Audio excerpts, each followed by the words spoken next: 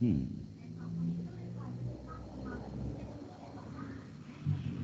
Okay, is it running? Yes, okay. So um, eh, I'm really surprised to see so many people today. We've got 8 on the call, and I just met Philip. By the way, Jason, are you new here? Yes. Good, good to meet you. Yeah, you too. Where are you? Where I am? Yes, where? What is your location? Europe. Europe. Okay, all right.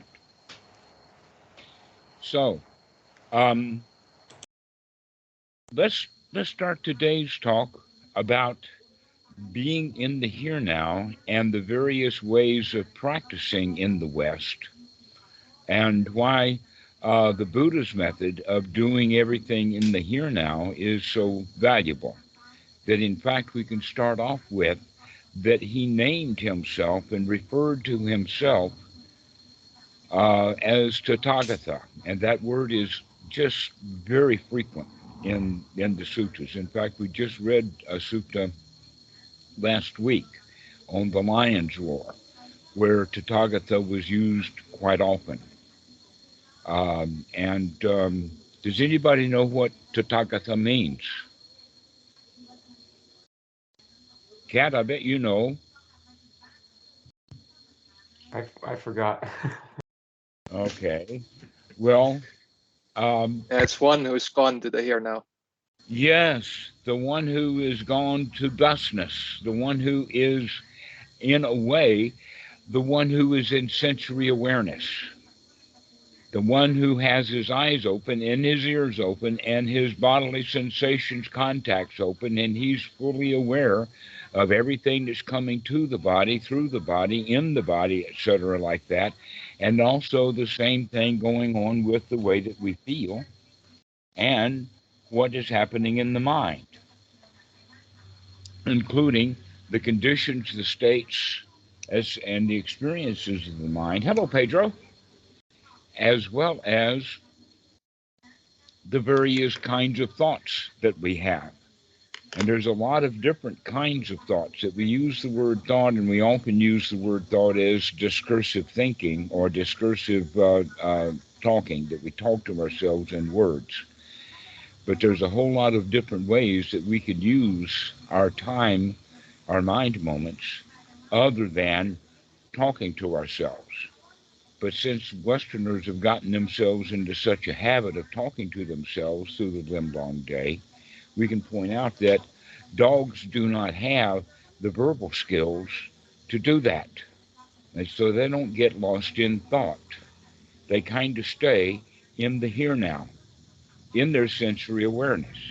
In fact, right now, Poon Pooey is chewing on one of her feet, and Lucky is laying there, kind of looking like she's asleep, but she's got an ear cocked, right? She's just listening to what's going on.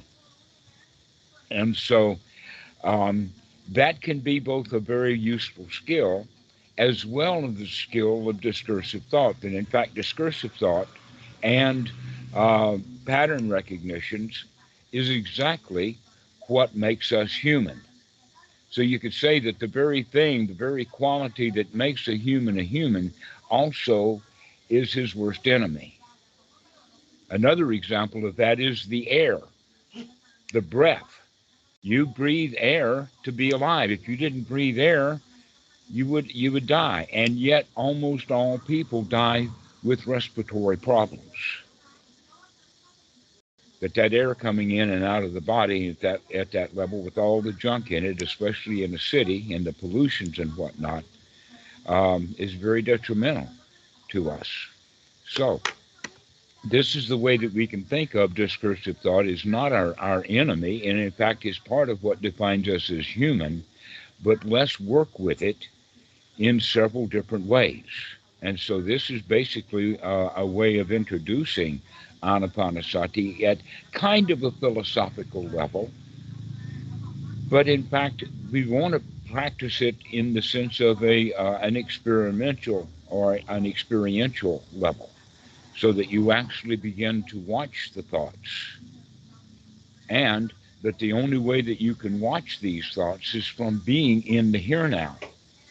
That in fact it's almost retrospective, that when you were thinking the thought, you were in that thought and you were in the past, and then bapo, when you're awake 1/10 of a second later, and now you can reflect upon the thought that you just had as, wow, was I in outer space, or maybe inner space, but in case that is true, lost in space.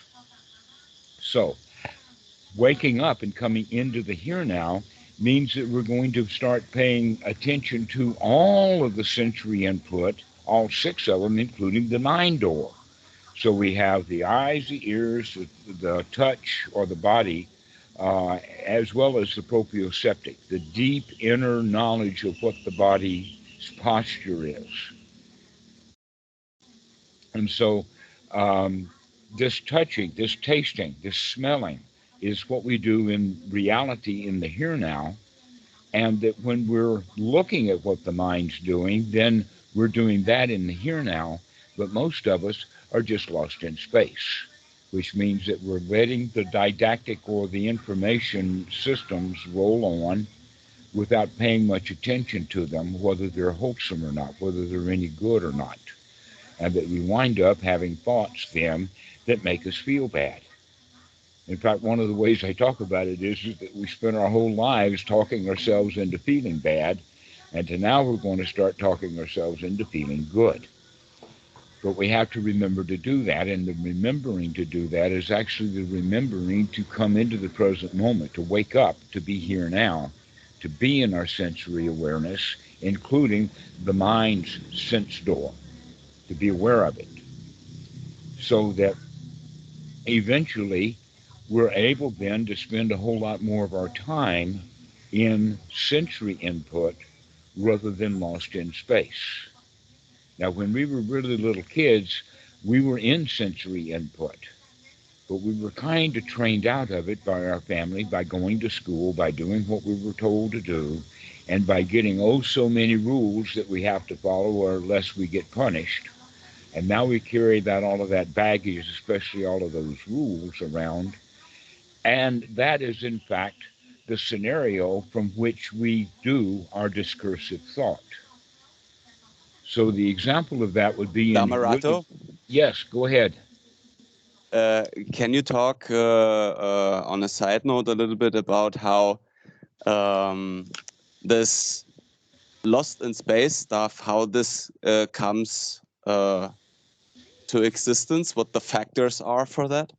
Actually, you're asking the question about what I was just ready to talk about. Good.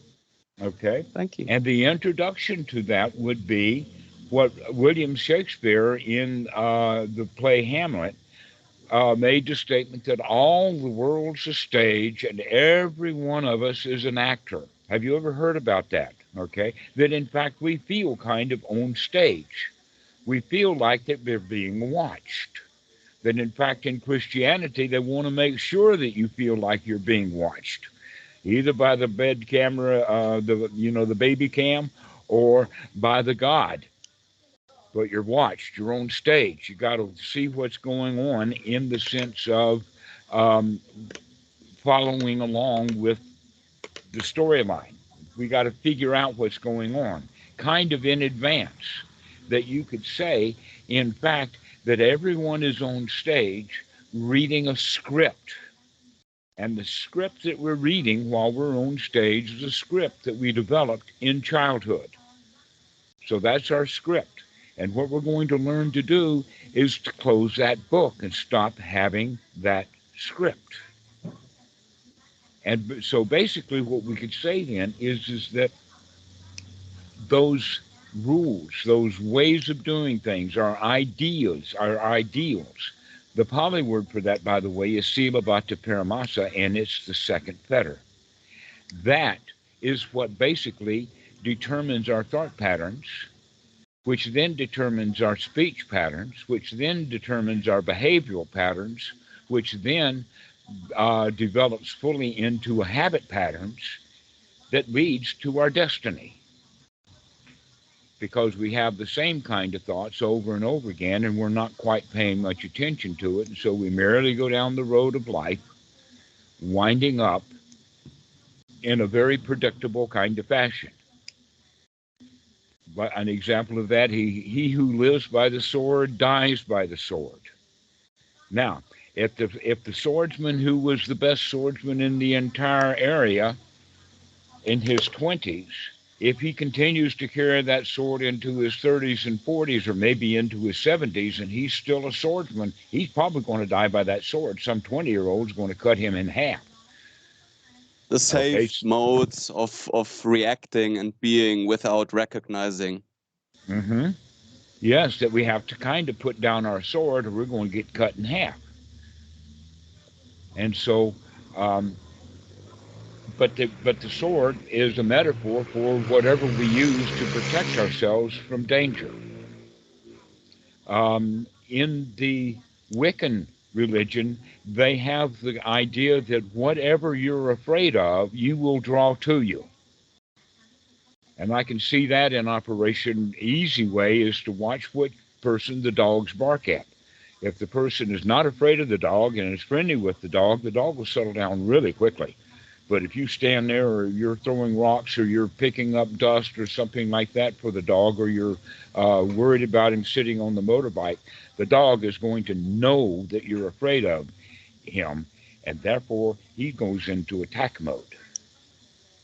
That in fact we all like a victim to pick on, because the only option is that otherwise we're the victim to get picked on. And so we would rather be the one who is doing the picking. So we've all got that kind of stuff built in because it's learned behavior from our childhood. We learn those things, many thousands and thousands of ways of living that packaged together has two qualities. One, it is the basis. Before you go on with the basis, the thing for this is why I have trouble relating to that, because I went really early on with 6 or 7, I think, so first grade, into judo, and I never developed this kind of perception. So for me, it's really alien that people do certain things, because I remember the first time someone behaved like that. So seeing it as this kind of signaling behavior now, but back then I just throw him to the ground. He started crying. And I was the bad guy then. So I was completely in a situation like, what's going on here? And this is didn't change. Okay, so how, till right, today. Beta. So here's how we can relate that. In fact, you're just repeating for us what I just said, in the sense that you have a choice now. This guy that you just threw to the ground, you proved to him that he's the victim and you're not, that you're the champion, because your only alternative was let him do whatever he was doing that we didn't talk about, that made you feel like his victim. But you had the skills to just throw him down. But if you keep using that skill and keep throwing people down out on the street, there's going to be a few cops who are going to come around and throw you down too. Yeah, exactly. And then one is not really able to find the correct reason why this is happening, because society is not really explaining anything to anyone, really. Right, that's because nobody is bothering to look. In fact, it's only in the past century or so, starting possibly with Dorothy Dixon and Sigmund Freud, that anyone in the society really looked at this kind of stuff. We could also say that, over time there have been Greek philosophers, there has been Jesuses, there's been Buddhas, there's been a few people here and there that bothered to take a look at what a pile of crap we have as a human society. Yeah. And each one of us then picks all of that societal stuff up, puts it in our little own personal book, walk out on stage with that as our script. And not only is that our script, and that's our Siva Bhatta Paramasa, that's our story, that's also becomes our destiny. And more than that, there's an additional component, and that is how we feel about the rules that we're reading ourselves. Because sometimes we don't even believe the rules that we've been told. Many times we recognize that we've been told a pack of lies, but I got to go along anyway. And this is a partial wakening up. And all And of those neurotics, like all of the neurotic kind of yes, behaviors, all because of those rules, that people hmm carry. right. And the neurotic is the one who is halfway waking up to the fact that everything he's been told is a pile of crap. That in fact, how we choose to deal with the fact that most of what we've been given is a pile of crap, then that's what determines our personality. Whether we're going to be a rebel, we're going to be an introvert, we're going to be this, that, or the other thing. It's not because of the way that we deal with the outside world. It's because of the way that we decided to deal with it so many years ago in our childhood, and we haven't changed that script yet. Yes, Pedro, go ahead. So if our script determines our destiny, then what's the destiny of Dharma dude if he changes his script? Where he will Yes, end up to? Where is right. his His destiny? destiny is his choice of the moment. Okay, it's like walking into the restaurant and having the menu item of the day. Some restaurants don't do that. They don't have enough cuisine to be able to offer a wide variety, and so all you have is just one little menu card, and you either get this, that, or the other thing, and that's all you get here. And that's basically what we do with our own minds, is that we limit ourselves, and that's what becomes the destiny. When we have no limits, Okay. then We, then we we can't determine the destiny. It doesn't show up as a habit pattern because we are breaking our habits okay. and forming some very wholesome new ones, by the way, along the way. Like I said, we've been spending our whole lives talking ourselves into feeling bad, and then now we're going to start talking ourselves into feeling good. We're going to change the script. We're going to change the script. And we've got an additional bit of practice to do with Anapanasati. Just changing the script is only one of them. That, in fact, I think it was you, Pedro, that said that you'd had some experience with Goenka. A lot of people have Goenka courses. And in the Goenka course, they spend a lot of time with the body. In fact, the whole 10-day course is basically about the body for them. But it's done in a stylized way in order for them to be able to teach it easily and practice it together. And so the first 3 days they call Anapana, which is basically working with the breath. But Goenka never mentions the fact that we've got to put some real juice into this. That he talks about when the mind wanders away, never mind, start again. Well, the mind's going to wander away if it doesn't see any interest in the breath. We have to actually create the interest in the breath. And when the breath becomes interesting, we will become more focused on the breathing. That in fact, that's true about everything that we want to do with Anapanasati, is that it's something that is interesting to investigate.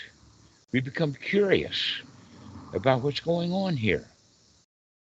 And so um, the second group of days, the 7 days after that, the Goenka practice scanning, body scanning. The scanning that starts from the top of the head and goes down. But they eventually end the course with something they call a strong determination sitting, which kind of misses the point. It's like trying to teach beginners advanced skills too soon. And this is part of the reason why Goenka students don't continue with Goenka. They'll go someplace else and then maybe come back and do a Goenka course some years later or something. That in fact, one of the things to do instead is to actually look at the end of the course should be interested in relaxing the body. Where are those tensions that you're doing with the scanning?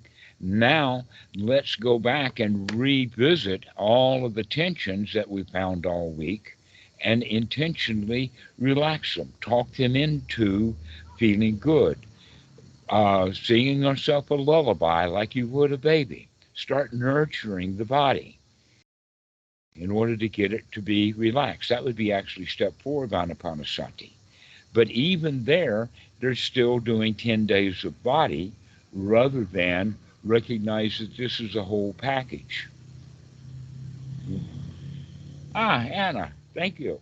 One of the things then about that whole package is that in fact you can't really work with the breath unless you're putting the mind on it. That even when you're just watching, just bare minimum of just watching the breath, takes some mental energy, some effort. But to do it correctly, we're actually going to use the mind to take control of the breath. In the here now, we're not going to just watch the breathing. We're actually going to take control of it for three major benefits. One is, in fact, there's no end to the benefits, but one of them is that when we take a long breath and we know that we're taking a long breath and controlling the breath to make it long, we're getting more oxygen in. We're getting in more life force. Then instead of breathing shallowly, we're intentionally working the bellows better. So as we breathe out, this also rids the body of a lot of the poisons that had built up through the shallow breathing. That they know this scientifically. The neuroscientists and all of those guys have begun to understand that the sigh, that's the meditation, the letting it out, the letting it go, the with a little chuckle at the end. Okay, so this is the whole idea of leaving that normal breathing that in fact as children we learned not to breathe well. We're not supposed to make any noise, as well as we're kind of afraid. And when a child is afraid, one of the things they do is they shut down, can't breathe very well. So if there's any fear that we're not really aware of, but we're not breathing well, when we start breathing well, taking deep breaths, that anxiety begins to show itself in ways that we didn't see it before. So now we have something new to deal with as well, and that is a feeling. So by being able to control the breathing with the mind, that means that we're actually controlling the mind.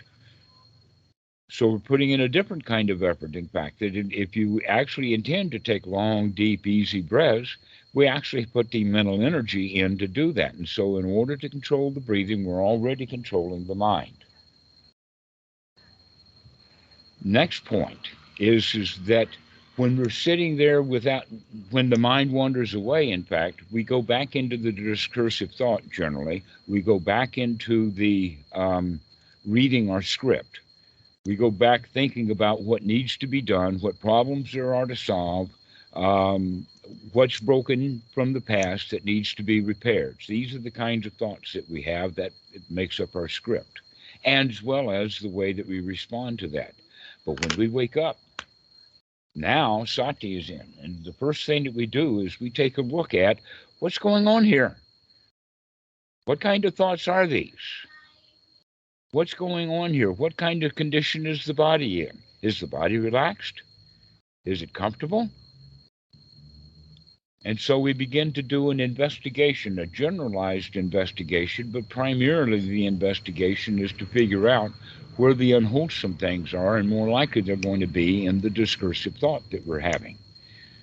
And so we change that. We begin now to change and refocus the mind from the past to the work or the jobs or whatever into now the present job is to take a deep breath. And so here comes that nice deep in-breath in. We've actually changed now.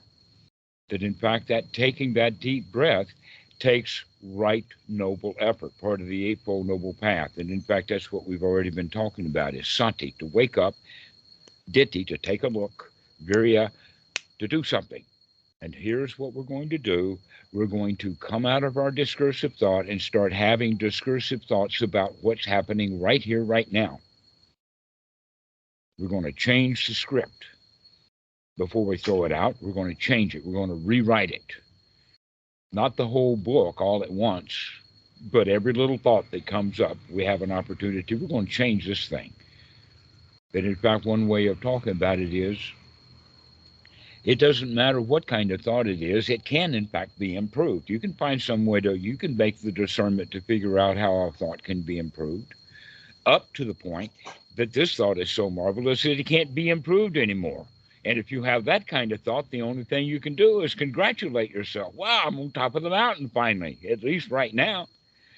And by congratulating ourselves, we did in fact improve it. We come in and we really take a look at what we're doing and make a choice about what we're doing. And the first thing then that we're going to do is begin to talk ourselves into being safe and secure, that everything is okay right now. Everything is fine, no place to go, nothing to do. Breathing is good, feeling energized. And we can keep those kind of thoughts going for just a little while, and then off into the wilderness we go again. But we can do this longer than if we're just watching the breath. We're putting no effort, no skin in the game.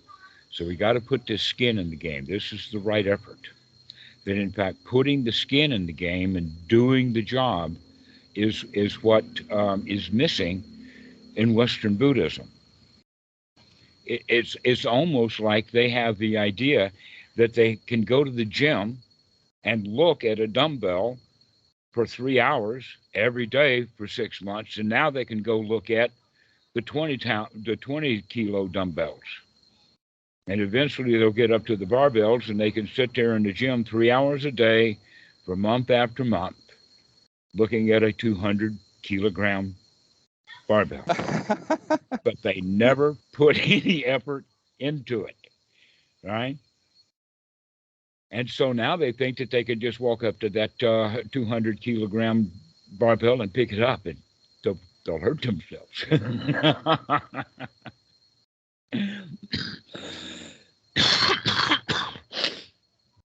Okay, so if we understand then that the effort is the key ingredient here, that we actually have to change that script. We have to actually pick up that 1 kilogram dumbbell and start pumping it over and over and over and over and over again, one thought after another, just the little thoughts, change them into something wholesome. So if we're having thoughts about the argument that we had with Aunt Susie last week or yesterday, or maybe just a while ago, we can say instead, oh, wow, I'm so glad I don't have to argue with Aunt Susie right now. I don't even have to prepare for their next argument. I could just be happy that I don't have to argue with her right now. And then when you get sharp and she comes up for the next round of the argument, you can have the thought, wow, I am so glad I don't have to argue with Aunt Susie right now. And I can do something else with her instead, change the subject. So that's the kind of mental pumping iron that we're talking about, to actually change those thoughts. Because, in fact, thinking about the argument that I just had with Aunt Susie is delicious revenge. We like those kind of thoughts. I mean, those are exactly the kind of thoughts that Beta had before he threw that kid on the ground. All right? This is exactly what we're talking about here, is that we can, in fact, talk ourselves into feeling good about whatever it was that we were talking ourselves into feeling bad about. We can change that script to something wholesome. But the best kind of thoughts to have, instead of thinking about Aunt Susie and how I don't have to fight with her, I can say, but right now, wow, isn't it really marvelous? It's really quiet. And I can come into the body and investigate the body and begin to investigate how good I feel, knowing I don't have to argue with Aunt Susie, that I feel safe, secure, and comfortable, and satisfied that I don't have to argue with her right now. And so we begin to practice having the wholesome thoughts about how you would like things to be right now. Another way of saying it is look at the fact that you can feel the way that you want to feel, but instead we feel the way that we're supposed to feel because of all the rules that we've set up and all of the habits that we've formed about how we answer those rules. So now when one of the rules comes up, we can say, aha, I see that rule. That's just a rule. And right now, I don't have to argue with that rule. I can just be sitting here happy, no place to go, nothing to do, safe, secure, and comfortable. And this needs to be repeated over and over and over again to begin to change that script. But there's another quality to it that I was just talking to Pedro about, and that is let's sometimes put the book down. We don't have to change the script. We could just drop the book. What do we mean by that? That means that we're coming out of discursive thoughts. Before this, for the past 10 or 20 minutes, we've been talking about how to get the mind to start changing these discursive thoughts. Now we're going to take the opportunity to let them go. And there's several ways that we can do that. One of them would be in the formal way of doing jhana, but we've talked about that before. So let's talk about a more informal way of doing it in the sense of starting to pay full attention, give full effort to your sensory input. In other words, while you're actually looking at something, you're not thinking about it. You're just looking. Can anybody hear the bird sound in the background right now? Okay, we can just listen to the bird. Go, go, go, go, go. We don't have to imagine what the bird looks like. We don't have to imagine what kind of nest he's on. We don't have to imagine what tree he's in. We don't have to imagine why is he talking. We don't have to do any of that kind of stuff or thinking about it at all. We can just merely listen because it's going to be temporary. Everything is temporary. The same thing is just looking. So in fact, there's sutras about it that speak of it in this way, that the seen is merely the seen, and the heard is merely the heard. We don't have to tell ourselves stories about it. But we're used to storytelling. We've gotten into the deep habit of telling ourselves stories. We've been reading this script, standing on stage with all of these other people who are reading their script. And very rarely do we listen to each other tell each other's script. We're too busy reading our own. And so that would be part of the listening then, of being in sensory awareness, means to stop thinking about whatever you're thinking about and just listen to what is being said. Great milestone. Yes, it is, isn't it? Because very few people actually are listening. That in fact, watching the news like Fox or MSNBC or whatever, most people only see or listen to just a few sentences from here and there. Mostly, we don't even listen to it. We'll start listening to, oh, there's a storm in Denver, and now we're in storm mode, and the mind is having all kinds of thoughts about storm while they're storming on the internet for 10 minutes. We missed it all. We weren't watching. And so this is what we're beginning to see is that we don't have to read our script. We can actually just watch the show. Not necessarily the internet show, but in fact, reality, the show, the big show. What is that? Anything that can be seen that the eyes touch when you're looking around, that's it. And there's a lot of it out there. Just being open to the sounds and just listening. being open to the body and what is the body feeling? What is the elbows doing? What are each of the feet doing? How are the big toes? Are you, where's your eyebrows? Are they up or down? That in fact, watching your own forehead, because a lot of people have a very, very wrinkled forehead. That means that they're well practiced we're talking about psychology now. Eric Byrne's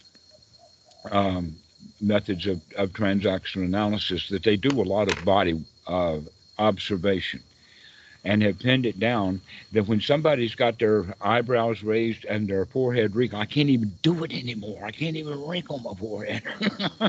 But you've seen people with very wrinkled foreheads, right? They're probably lying to you when they And wrinkle then their forehead. Botox. Yes, and they I didn't do Botox.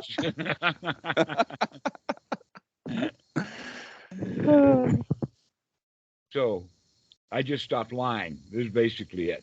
Or actually, more specifically, I started watching my forehead, because the forehead then, knowing that you're raising your eyebrows and wrinkling your forehead, is an indication that you're not sure of either, you're not sure of what you're saying, or you're not sure of how it's repeated or how it's being received. What I also meant is that people who are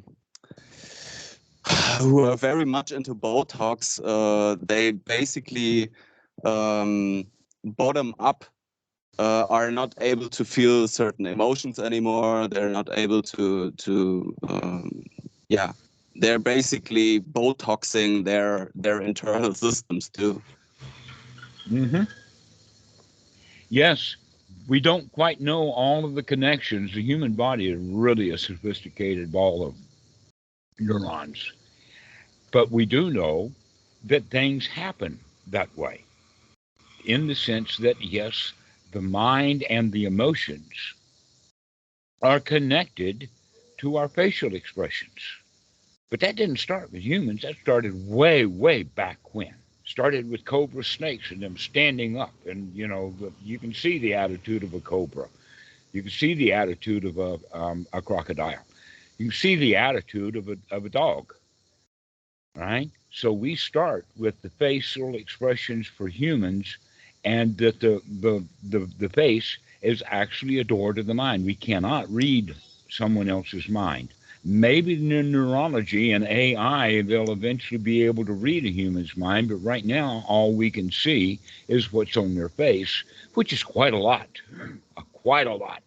If we observe, if we look, we can see the incongruities. The incongruity of yes and no. Do you see the incongruities there? That this is supposed to mean yes, and I'm saying no. That happens a lot. Guess which one's the lie? Is the no the lie, or is the shaking the head yes the lie? What do you think, Marcus? The verbal one.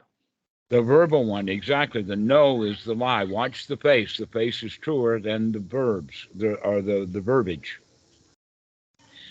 So we begin now, then, to start observing the outside world. We start looking at other people's faces. We start being kind of thirsty for experience, that this is what is going on. We begin to pay attention to the breathing.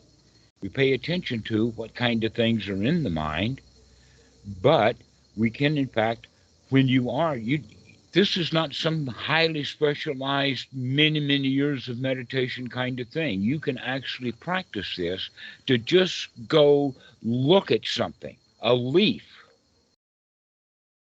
or even scratching the dog. Pay attention to what your hand is doing, and while you're doing that, it's really hard to have a discursive thought. Another one would be the short breath. It's really hard to have discursive thoughts when you're paying solid 100% attention to your breath. There's a whole lot of room for discursive thoughts between the long breaths, but on the short breath, If anyone has the opportunity and the means, take a little 10 times or 20 times, what's it called? Like a glass you can zoom things in. What's it called? Like a microscope, but magnifying glass, something like that. And go to a moss or something like this, and very slowly get closer and closer and closer. The things you start to see about those tiny parts, or the bark of a tree, or the way a leaf is its surface, and things like that. I mean, it's just it's so complex, but we don't even have to go endless. to the detail. At any level, there is enormous complexity. Exactly. It's just because many people are still so wound up with the common perception that doing something like this opens up the possibility to adapt to even more ordinary stuff. Well, except that when we open up to it, we recognize it for what it is: reality, complexity, part of the all, part of the oneness, and that it becomes, in fact, sacred. It's ordinary when we're not paying attention to it. It becomes sacred. Without the magical stuff. Without the magical sacred, but the reality is that we live in a paradise. The planet Earth is a marvelous place. It's almost like the planet was built for humans, but I better think that it's humans were built for the planet. But in any case, we fit right in. And so begin to see that the openness, and how we do that in practice is, first off, begin to change the script. But then while we're practicing, the first hour or the first 10 minutes of meditation, after you get yourself into a nice state, then we can actually start investigating. Take the microphone or the microscope out, or take out the magnifying glass. That, in fact, an example of what I'm talking about is a child looking at a leaf. Or another example of this, and this often happens with drugs, that people who are taking psychedelic drugs will become interested in something quite ordinary. The example I would use is Coca-Cola has been spilt on the floor. There's a little puddle of it. It fizzes, it bubbles, it moves around, it's traveling because of gravity and whatnot like that. And the dude on drugs can get very fascinated in watching that little puddle of Coca-Cola on the floor, just like a 2-year-old would. It's fascinating, or we become fascinated because we're paying attention to something rather than having ourselves read a story about it. Limitation expansion. What expansion? Limitation expansion. The limitation is actually what happens. People think that taking, for example, psychedelics or something like this is something that expands their consciousness, but it's actually a narrowing down. But this narrowing down makes you able to see more. Yes, in fact, what you could say is it's about signal processing, and that the mind itself is really noisy. So it's hard to get signals in properly when the mind itself is so noisy. Have any ever done any CB radio or ham operator or anything like that? At a radio station, the station is just on and broadcasting, but it can't hear any of the other radio stations. In fact, any radio set anywhere near it can't hear any other radio stations, only the one that we're close to the transmitter to. All right. But with a CB, I can push the button and say breaker, breaker 19, and then I have to let my finger off of the microphone in order to listen. We can actually begin to do that with the mind also. We can stop talking inside so that we can listen or see or experience or feel sensationally or emotionally or whatever like that is what we can do once we take the finger off the mic. And so this is what we're practicing doing in 2 steps. Is one, we're going to start saying only wholesome things in the microphone. And then we're going to start turning it off and paying attention to something else. Everything else, anything else. Because we're not thinking anymore. We're feeling too good to have any worries. And so we don't think of anything like that. We just become fascinated with reality, being in the here now. And then you are Tathagata, in the here now, into sensory input. It's a nice state to be in. We can practice that. Kath, I think you know what I'm talking about a bit. I was just, when someone mentioned psychedelics, I was just reflecting on some time when I saw, or when I did some, maybe, I don't know what it was, DMT or LSD or something. I just stared at a cup for like, I don't know, an hour, and I was just in tears because the beauty in everything is like unbelievable. It's just overflowing with tears. It's just crazy how perception works, you know? Yes, our perception gets in the way of observation, the storytelling. But you weren't telling yourself stories, you were actually looking at it, examining it, and became quite fascinated and marveled at the quality of how much there was in the form of input. We get in that, we can call it a state of awe. This is, in fact, why people go to the Grand Canyon, or they'll go to the top of one of the highest buildings in the world so that they can look over the edge and stand there in awe, because there's so much down there. Or there's so much out there. We get that way sometimes with sunsets also. We could just become overwhelmed with the beauty of it only when we stop talking about it. But nowadays, what the kids will do, oh, that's a beautiful sunset. Let me go get my camera. And while they're fidgeting and getting the picture and all of that, the sun's going down and they're missing it because they're too busy trying to catch it. The Zen master story of taking his student for a walk, but only if he doesn't say anything. Then he can't stand it any longer, says something, and the Zen master never took him again. Never, ever.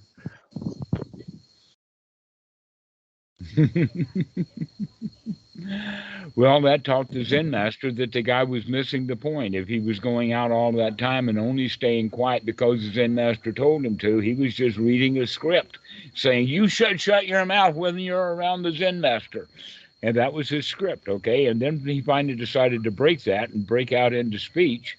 And the Zen master knew that he was not actually out there on the walks, that he was still reading his script.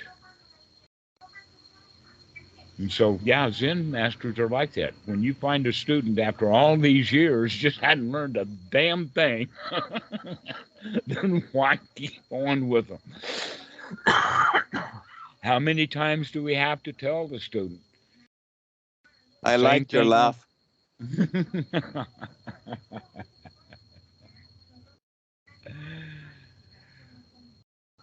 So, anyway, does anybody else have any comments? Anne, do you have something to say about this?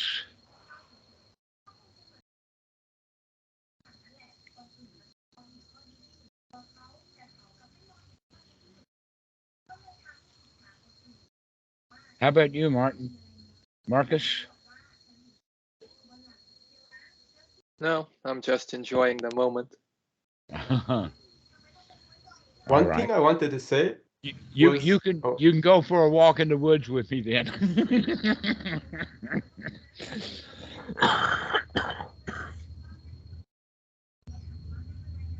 How about you, Jason? How are you doing? You got any questions? Good. I was thinking about maybe Kundalini. Is that a way? Kundalini? Yes. Well, Kundalini is just another word for what we're already practicing. Kundalini, they talk about it in the sense of a coil of a snake comes up the back. They're talking about the body feeling really, really good, jumping around, vibrantly alive.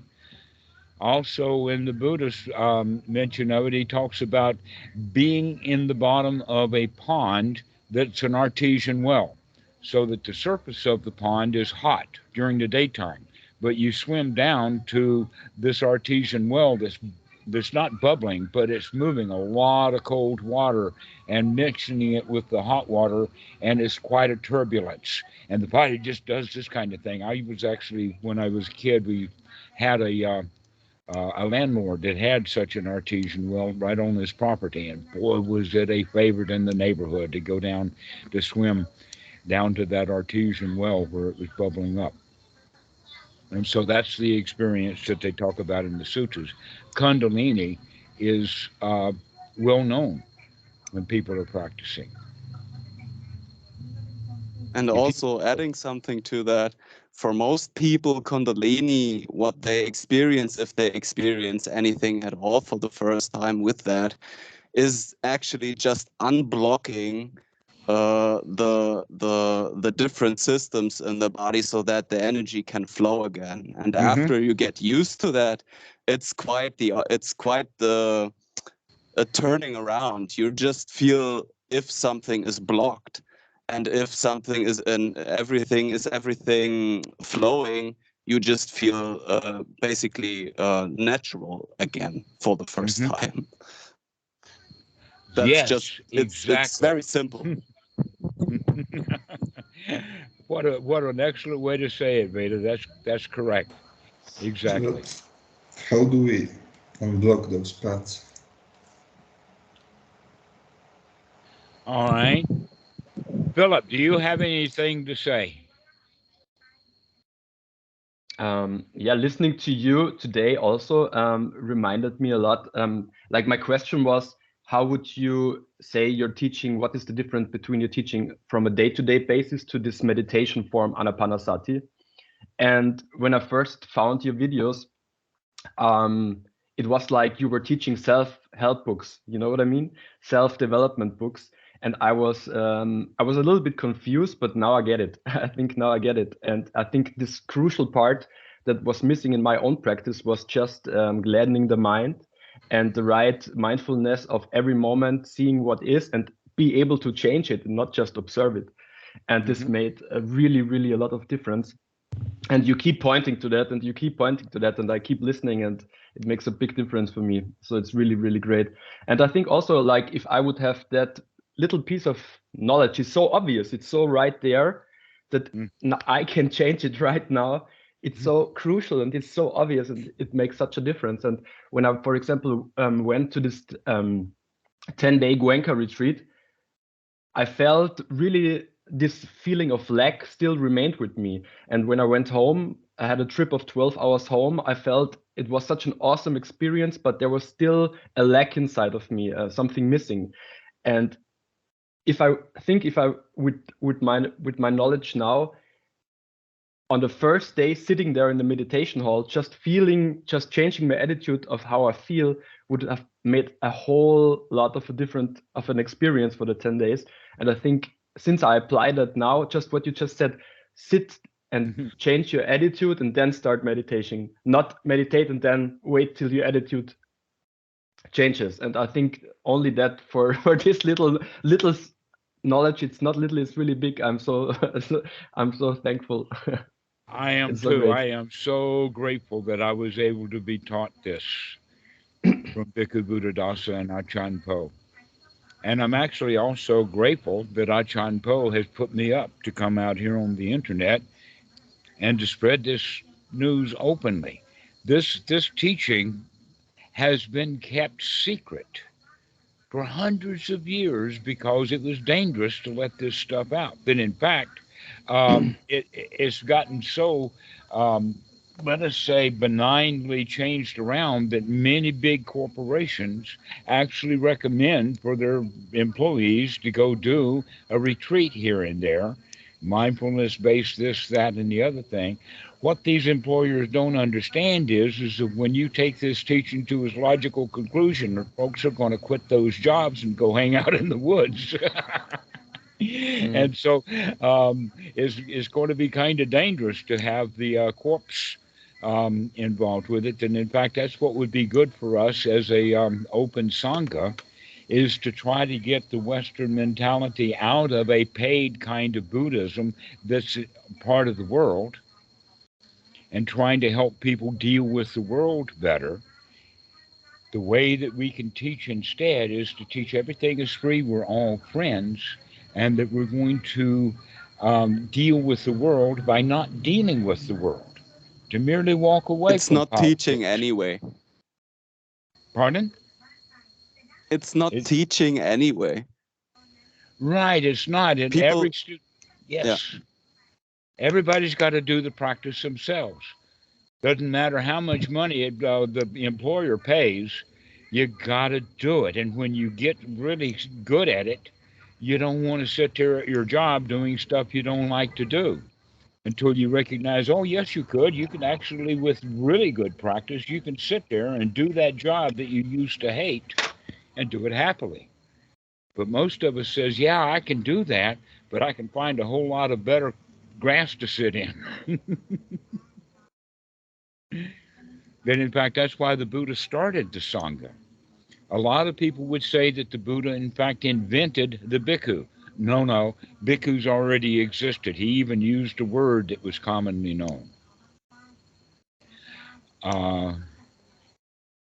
Yes, that's correct, Marcus. So, what we can say, though, is that the Buddha invented the Sangha, the community of friends that can help each other live a happy life together. That's the noble Sangha, whether you're ordained or not. And so we can help each other to get along. Come stay at my house. That's the kind of thing that we look at, rather than, you see, in the West, everybody really who does get deeply into the practice of Buddhism, they do, in fact, say, I want a real life change. Where's my ticket to Thailand? That kind of mentality. It kind of happens with every one of us. We get that idea that I could. My arms are open. My door is open. Whoever wants to come can come. People mostly don't take that offer. That's the thing. All right. Well, you advertise it here on the Sangha, and I'm sure that you will. In fact, here's something. Both Alex and Keyshawn are about to move in together. They both live in Chicago. And so, yes, that's absolutely Nice. possible. We start our own Sanghas. We can. I would rather each one of you, had a noble roommate than someone that you had to resist fighting with. It reminds me of the Bible, or one, I don't know what it was, but when Jesus told his disciples to, go from house to house, and if to walk into the house that they get rejected, to dust off the shoes. I don't exactly. Do you know what I'm talking about? I know exactly the passage. That just reminds me of that, but yeah. In fact, I quoted that passage to myself as I was walking out of the Goenka Retreat Center in India at Igatpuri. So, yes, that's exactly right. But if you are received in the home, then be a good guest. Okay, so, and that's what we're looking for, is we're looking for friendship. But we really have to develop the friendship on the inside as well as the outside. It's kind of both sides of the same coin. This is why the Buddha said that friendship is the entire practice. That's the whole show. to where Sariputta had said, oh, it's half the practice. Friendship within is half the practice. That's because they were already in a noble Sangha. But the Buddha was pointing out that there's a lot of times we have to deal with people who are not in the noble Sangha. How do we deal with them? With kindness, with friendship. It's hard to do when we're reading that old script, because that old script will tell you to do something else to that person. Right, Veda? Let's throw him over. So, does anybody have any last remarks? This has been a lot of fun. Go ahead, Veda. I hear you. We don't have to listen to the parrot on our shoulders, and eventually it will just dry away. The thing is, it's so easy. It's so easy for people to get caught up in all the old crap, sticky, oily stuff, and that's because they're already in the it's habit of doing it. Go ahead. Yeah, it's so easy if you let it go, how things open up and possibilities open up. I mean, if someone really doesn't want to be your friend in any way, or is just isn't capable, mostly people really just they will fade away anyway. So in the end, even if not every decision you make on this with this practice in the sense of how it translates into specific situations. I mean, of course, it's a learning process, but if you stick with the practice in this very moment, there is going to be a very good learning curve. So Yes. everything's good. Yes. I'll leave you with this one. Every shampoo bottle on every store shelf at Walmart, 7-Eleven, or whatever has the entire teachings of the Buddha right there on the bottom. Just like just like the Buddha's teaching can be said in just 3 words. Dukkha, dukkha, nirodha. Or the one that I use with 4 words is don't worry, be happy. But the shampoo bottle's got it down to just 2 words. Rinse and repeat. Did I hear the mic dropping?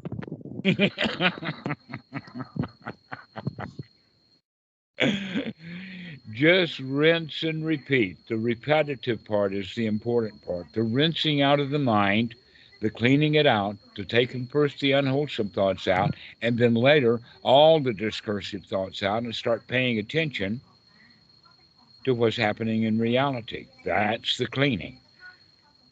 But now is a new now. Repeat that. And now is a new now. Repeat it again.